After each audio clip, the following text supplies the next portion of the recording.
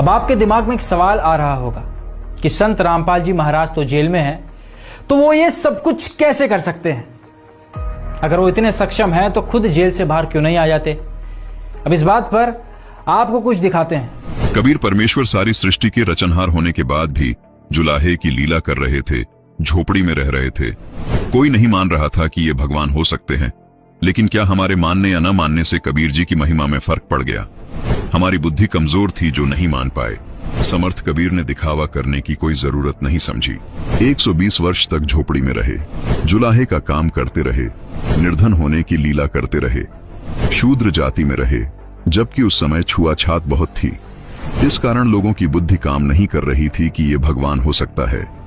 ये जरूर मानते थे कि सिद्ध जरूर है, और लोगों को सुख भी बहुत हो रहे थे, इसलिए कबीर जी से जुड़े हुए थे।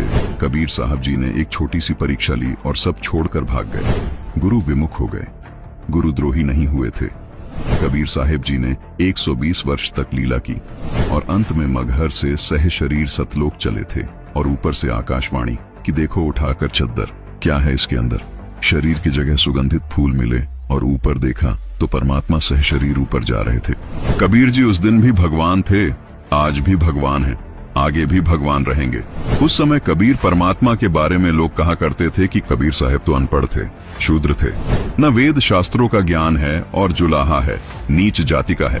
अगर ये इतना ही भगवान है तो इतनी निर्धनता में क्यों समय व्यतीत कर रहा है? क्यों झोपड़ी में रहता है? अपना महल क्यों नहीं बनवा लेता? अब समाज को तो यही बोलना था, लेकिन कबीर परमात्मा ने समाज को नहीं देखा। कबीर साहिब जी के सहशरीर सतलोक जाने के बाद हिंदू मुसलमान आपस में फुट फुट कर गले लगकर रोए, लेकिन तब तक बहुत देर हो चुकी थी। ठीक इसी प्रकार आज संत रामपाल जी महाराज के शिष्यों को लोग कहते हैं कि तुम्हारे गुरुजी संत रामपाल अगर भगवान है तो जेल में क्यों पड़े हैं, जेल से बाहर क्यों नहीं आ जाते?